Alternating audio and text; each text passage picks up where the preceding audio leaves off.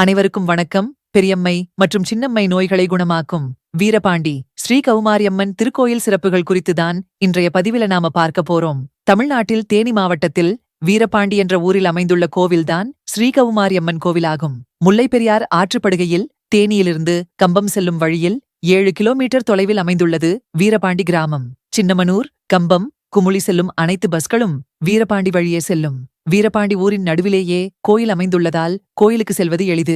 கன்னி தெய்வமாக ஸ்ரீ கௌமாரியம்மன் அருள் பாலிக்கிறாள்.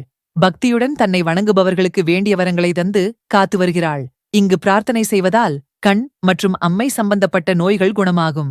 நமது ஈசனை தேடி சேனலை சப்ஸ்கிரைப் பண்ணலைன்னா இப்ப சப்ஸ்கிரைப் பண்ணிக்கோங்க. நமது சேனலோட அனைத்து வீடியோக்கள் அப்டேட் உங்களுக்கு கிடைக்கிறதுக்கு பெல் பட்டனையும் பிரஸ் பண்ணிட்டு இந்த வீடியோவை தொடர்ந்து பாருங்க. தேவர்களை கொடுமை செய்து வந்த கண்டாசுரன் என்ற அரக்கனை அழிப்பதற்காக வைகை நதிக்கரையில் மண்ணால் சிவலிங்கத்தை பிரதிஷ்டை செய்து அம்பாள் தவமிருந்து வந்தாள். அரக்கன் அம்பாளுடன் போர் புரிய அந்த இடத்திற்கு வருகிறான். அம்பாள் அருகிலிருந்த அருகம்புல்லை எடுத்து அசுரன் மீது வீசி எறிய அது முக்கழுப்படையாக அசுரனை இரண்டாக கிழித்து வதம் செய்கிறது.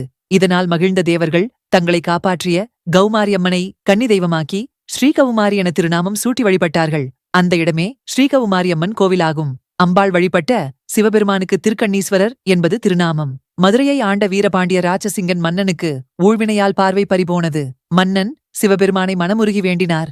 அவரது கனவில் தோன்றிய சிவபெருமான் வைகை நதிக்கரையில் ஸ்ரீ கௌமாரி என்ற திருநாமத்துடன் தவமிருக்கும் அன்னையை வழிபட்டால் உனக்கு பார்வை கிடைக்கும் என்று கூறி மறைந்தார். அதன்படியே வீரபாண்டிய மன்னன் ஸ்ரீ கௌமாரியம்மனை உருகி வேண்டி ஒரு கண்ணின் பார்வையை பெற்றான். அதேபோல் கௌமாரியம்மன் வணங்கிய திருக்கண்ணீஸ்வரரை வழிபட்டு மறுகண்ணின் பார்வையையும் பெற்றான். வீரபாண்டிய மன்னன் தன்னுடைய கண் பார்வையை மீண்டும் பெற்றதன் நினைவாக இத்தலத்தில் ஸ்ரீ கௌமாரியம்மனுக்கும் கண்ணீஸ்வரருக்கும் திருக்கோவிலை கட்டியுள்ளார். இந்த கோயில் முன் கருப்பணசாமி திருக்கோயில் காவல் தெய்வமாக அமைந்துள்ளது. அதனை அடுத்து கம்பத்தடி மண்டபம் அமைந்துள்ளது. இக்கோவிலில் நடக்கும் சித்திரை திருவிழா மிகவும் பிரசித்தி பெற்றதாகும். அப்போது கோவிலில் 24 மணி நேரமும் வழிபாடு நடக்கும். ஸ்ரீ கௌமாரியம்மனுக்கு நேர்த்திக்கடனாக அக்னி சட்டி எடுத்தல், அலகு குத்துதல் போன்றவை நடக்கும். சித்திரை திருவிழாவின் போது பக்தர்கள் முல்லையாற்றிலிருந்து தீர்த்தம் எடுத்து வந்து அம்மன் கோவிலில் இருக்கும் முக்கொம்புவிற்கு ஊற்றிவிட்டு அம்மனை வழிபடுவதை வழக்கமாக கடைபிடிக்கிறார்கள். கண் சம்பந்தப்பட்ட நோய் வந்தவர்கள், அம்மை நோய் வந்தவர்கள் இங்கே தீர்த்தம் பெற்று வேண்டினால் நோய் தீர்ந்து விடுகிறது.